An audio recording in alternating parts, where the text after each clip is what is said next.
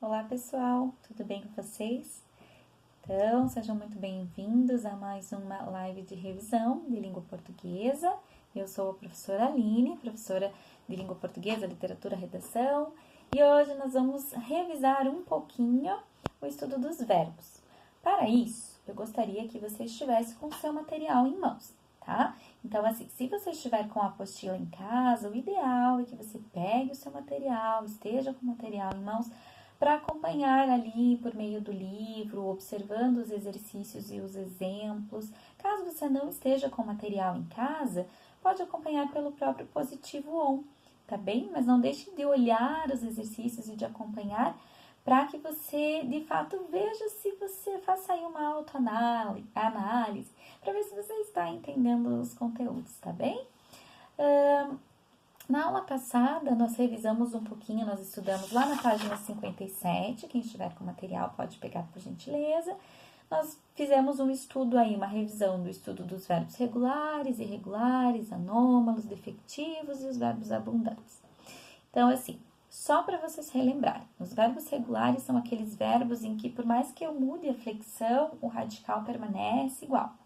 Os verbos irregulares, ele tem uma pequena diferença ali na hora de você fazer a flexão do verbo, tem uma pequena diferença no radical. E aí tem um exemplo bem legal na página 57, que nós até trabalhamos na aula passada. Por exemplo, lá, o verbo medir vai ficar, no caso, se você for flexionar ali, primeira pessoa, eu meço. Pronto, já teve uma alteraçãozinha no radical. Já os verbos os verbos anômalos, mudando a página, pessoal, lá na página 58, são aqueles em que a mudança do radical, de acordo com a flexão dos verbos, ela é bem grande. Então, pegando ali os exemplos que nós fizemos na aula passada, do próprio material de vocês, na tabela da página 59, vocês têm ali o verbo ser. No presente, eu sou, já deu uma mudadinha, mas ainda continua com S, professora. Muito bem, mas e no caso do pretérito perfeito que vai para fui? Então, a mudança ela é bem maior, né? Nos verbos defectivos, eu sei que eu não trabalhei na última aula, então só para lembrar ali um pouquinho, eu comentei muito rapidamente, mas não fiz nenhum exercício com vocês.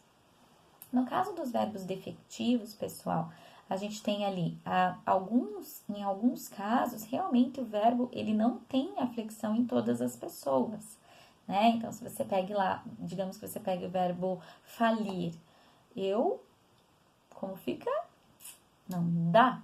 Geralmente, eu lembro de ter comentado isso na outra aula, que as pessoas no momento de escrita, a maioria dos alunos acaba procurando, de certa forma, o gerúndio, né? Eu estou falindo, né? Para conseguir pronunciar e para conseguir escrever, né? Esses verbos quando eles não têm, quando eles são verbos defectivos e daí realmente você não tem para determinadas pessoas.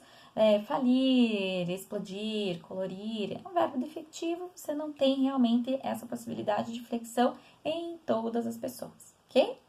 Na página seguinte, você tem ali um exercício sobre os verbos abundantes. Então, o verbo abundante, você precisa inicialmente, para entender o que é um verbo abundante, você precisa entender inicialmente e lembrar muito bem o que é particípio. Qual é a regrinha geral do particípio? Todos os verbos, tá? Quando eu sei que é particípio, terminado em ado, é do ido. Muito bem. Então, se você souber isso, ótimo. Já internalizou uma parte. Então, o particípio regular dos verbos é de fato isso aí. Quando o verbo termina lá em ado, é do ido. Cantado. Beleza, particípio regular. Então, alguns verbos, ele tem mais de uma possibilidade. Eu acho bem engraçado no caso do imprimir, porque imprimir, por exemplo, é um ótimo exemplo para o nosso dia a dia e é um ótimo exemplo de verbo abundante. E às vezes a pessoa fala, eu não tinha imprimido o trabalho, professora. Desculpe, eu não tinha... E dá aquela pensada, impresso, sabe? Gente, as duas formas são corretas, porque imprimir é um verbo abundante. Então, impresso é o particípio irregular, porque não é terminado em ado, é do ido. Beleza? Lembraram? Tem um exercício que eu gostaria de fazer com vocês agora. Bom, antes disso, vamos para formas verbais ali, só para vocês lembrarem em relação à tonicidade. E aí eu quero fazer um exercício com vocês, tá bem? Em relação à tonicidade, vocês têm duas possibilidades. No material, quem estiver com o material, acompanha ali na página 61, tem um esqueminha bem bacana. Formas verbais risotônicas ou arrisotônicas. Então, lá, ali, bem embaixo para vocês, eu gosto de mostrar a página, tá? Quem estiver com o material, acompanhe, marque, faça X, flechinha. Quanto mais vocês marcarem, mais vocês virem, melhor, porque vocês vão internalizar de melhor forma esse conteúdo, tá bem? Então, ali, no caso dos risotônicos, a tônica, a vogal tônica, ela estará no radical desse verbo. Ali tem 2 exemplos para vocês. Levo, não está acentuado, mas a tônica está nessa primeira levo. Percebem? Está mais forte? No E. No levas também está mais forte no E. Então, neste caso, quando está no radical, você tem a tonicidade risotônica no radical, a sílaba forte no radical do verbo. Beleza? Ali, a risotônica, então, geralmente o A é que dá essa ideia de não, então quer dizer que não está no radical, tá bem? Se não está no radical, está na continuação. Observem o exemplo. Levarei. Qual é a vogal mais forte neste verbo? O E, só que agora está fora do radical, ok? Então, nesses casos, quanto à tonicidade, se está no radical, é risotônica. Se está fora do radical, a palavra, a letra mais forte, no caso assim, gente, é bem importante vocês lembrarem que em alguns casos estará acentuada, em alguns casos não estará acentuada. Observem que a forma risotônica aqui que aparece para vocês no exemplo, no caso de levo, não está acentuada, mas eu sei que é a minha sílaba forte, tá? Então, para que serve saber? Não está acentuado, professora, mas como assim? Não está acentuado, mas eu sei que é a minha sílaba mais forte e isso é importante por conta da própria pronúncia em si, tá bem? Já no segundo caso, no caso das arrisotônicas, levarás, está acentuado, fora do radical. Então, eu sei que é a mais forte, está acentuado, neste caso está acentuado. Geralmente, nas risotônicas não aparece acentuado, tá bem, pessoal? Enfim, agora tem um exercício que eu gostei bastante, que eu gostaria aqui de frisar com vocês, tá bom? O exercício 16 da página 60. Tem uma música linda que eu adoro de paixão, Epitáfio, muito bonita. Leia os fragmentos considerando o uso das palavras destacadas. Devia ter complicado menos, trabalhado menos, ter visto o sol se pôr.